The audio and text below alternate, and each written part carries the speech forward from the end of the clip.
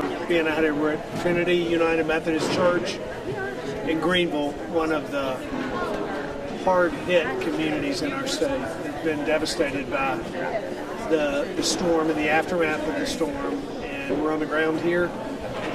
Went to the Emergency Operations Center to talk to the county mayor, head of the utility district, the head of the sheriff's department, the first responders, and the professionals that are executing the response here. But we also know that it's not just the response of TEMA and FEMA and local EMA.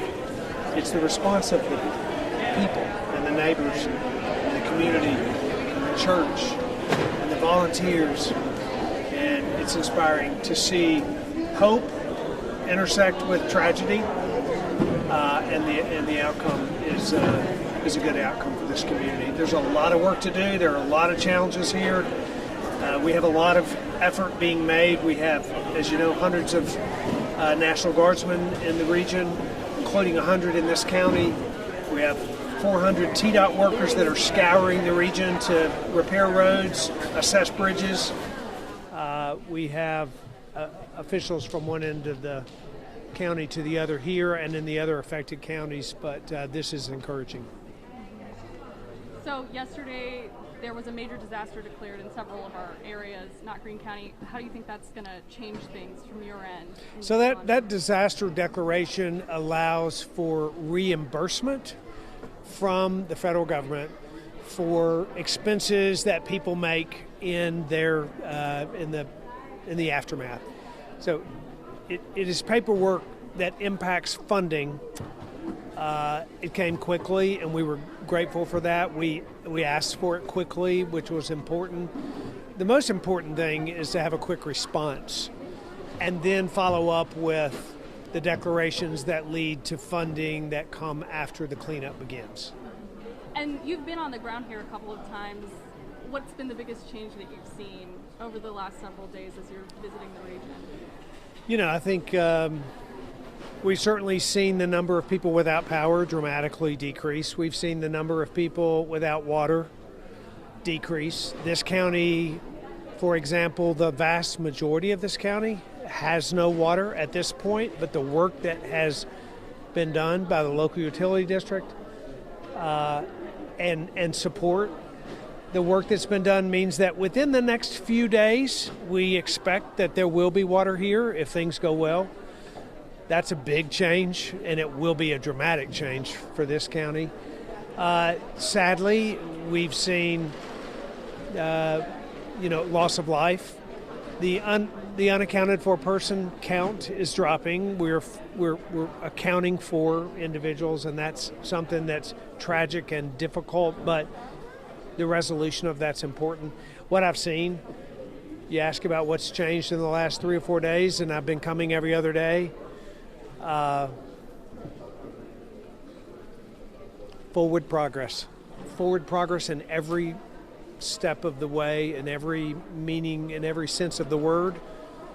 Forward progress is happening. We're tight on time today. Does anybody else? Yep. Governor, what is your top priority in the flood response right now in these communities? We have agreed across all state departments that this is a survivor-centric response. Our top priority are those who have survived the tragedy that has befallen them, whether it is a lost family member, a lost home, the loss of water, the loss of employment, whether temporarily or permanent.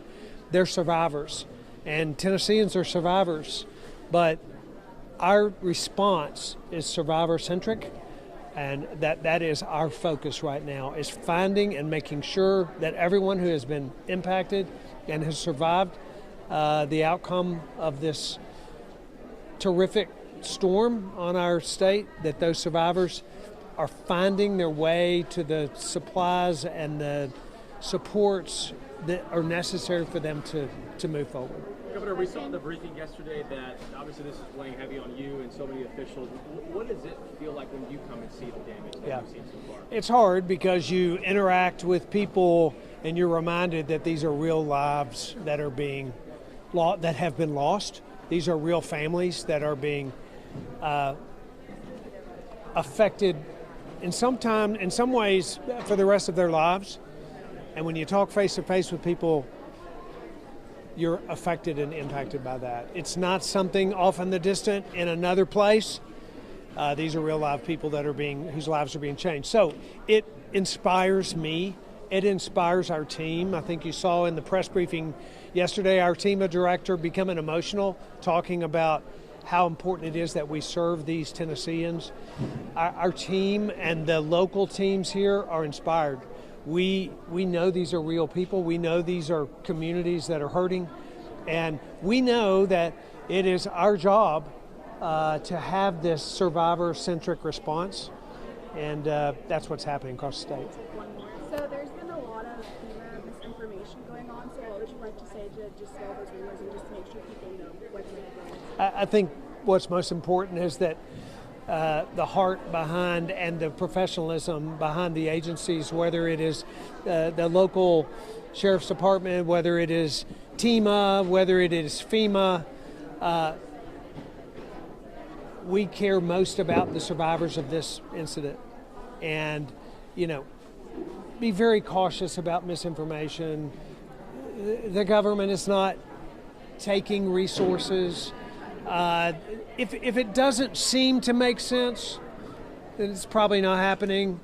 I realize there's there's even foreign influence that's trying to impact the information that goes out to our people.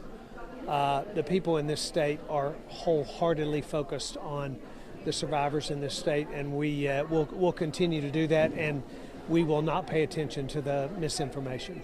Thank y'all so Thank much y'all for being out here today.